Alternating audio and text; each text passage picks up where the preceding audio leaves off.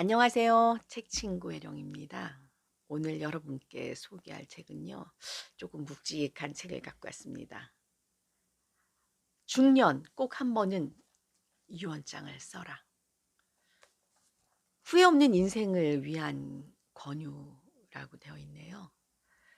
여러분이 유언장이란 단어를 생각하면 어떤 생각이 드시나요? 인생의 마지막을 앞둔 사람이 남아있는 사람에게 보내는 편지, 아니면 자신이 세상에서 사라진 뒤에 일어날 많은 문제들을 피하기 위해서 매우 사무적으로 써내려간 편지, 뭐 어느 쪽이든지 간에 유언장이라고 생각하면 조금 무게감이 실려 있고요. 또 어떤 사람은 재수없는 일이라고 얘기할지도 모르겠습니다. 그런데 유언장은 특별한 사람이나 인생에 남은 시간이 얼마 남지 않은 사람들만이 쓰는 것이 아닌 것 같아요. 이 책을 읽으면서 저도 유언장을 써봤거든요. 이 책의 제목에서 제시하듯이 이 책은 유언장 작성에 필요한 구체적인 방법들을 알려주는 책이기도 했습니다. 유언장을 쓴다는 것이 제가 써보니까 나 자신과의 대화였어요. 남아있는 사람들에게 쓰여진 글이지만 제 자신과 하는 대화가 돼버렸더라고요. 인생의 마지막 날은 반드시 찾아오죠. 인간이라면 누구나 죽어야 하기 때문이지요. 그렇다면 인생의 절반을 그저 흘러가는 대로 살아왔다면 남아있는 인생을 좀 내가 살고 싶은 대로 살아보기 위해서 유언장을 써보는 것도 좋다는 생각이 들었어요. 이 저자는 이 유언장을 쓴 나이가 39살이었어요. 어머님의 죽음에 이어서 아버님의 죽음이 바로 다가와서 그 계기로 유언장을 쓰게 되었다고 하는데, 유언장은 타인에게 남기는 글이지만 나와의 대화, 그리고 유언장을 쓰면서 많은 생각들을 하게 됐고, 유언장을 쓰면서 생각지도 못한 것들을 발견하게 되면서 이 책을 쓰게 되었다고 합니다. 이 책의 내용들을 간략하게 말씀드리자면요. 내가 유언장을 쓰는 까닭, 유언장을 쓰면 좋은 점, 법적인 유언장에는 반드시 지켜야 할 것들이 있다. 유언의 내용을 생각하자. 더 나은 삶을 위해 유언장을 활용한다. 그 내용 중에서 제가 몇 가지를 여러분께 소개해 드리고자 합니다. 유언장을 쓰면 좋은 점, 자기 인생의 중간 결산을 할 수 있다.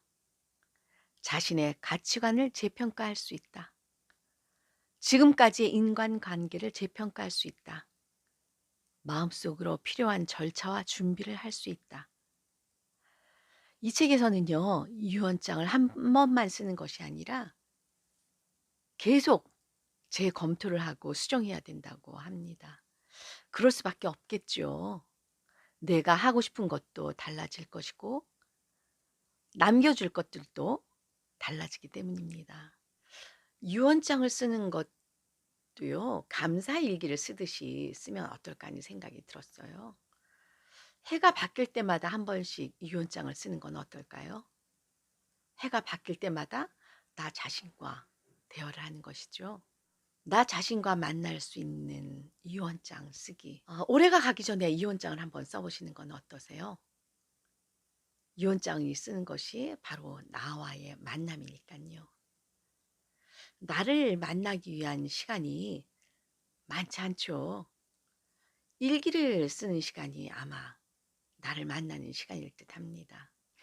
지난 시간에 감사일기 쓰는 거에 대해서도 이야기했듯이 유언장도 한번 써보는 건 어떨까요? 중년 꼭 한 번은 유언장을 써라. 근데 여기서 말했듯이 딱 한 번이 아니고요. 계속 그 수정하는 유언장이 필요하다고 합니다. 제가 쓴 유언장을 잠시 한번 들려드리도록 하겠습니다. 아마 이 글을 잃게 될 때는 저는 이 세상에 없겠죠. 나의 죽음을 가족들이 너무 슬퍼하지 않았으면 합니다. 나는 그런 대로 잘 살아왔으니까요. 나의 모든 인연들에게 감사드립니다. 특히 남편에게 감사드립니다. 온전히 나라는 사람으로 인정해 주었기에 행복한 삶을 살 수 있었습니다. 감사합니다. 자식들에게도 감사합니다. 그들이 있어 제2의 인생을 살 수 있었습니다. 조금은 힘들고 고난은 있었지만 그 역경 속에서 지혜를 배울 수도 있었습니다. 며느리와 사위에게도 사랑하고 감사합니다. 그들이 함께 해주어 얼마나 행복했는지 모릅니다. 나를 스친 모든 인연들에게 다시 감사드립니다.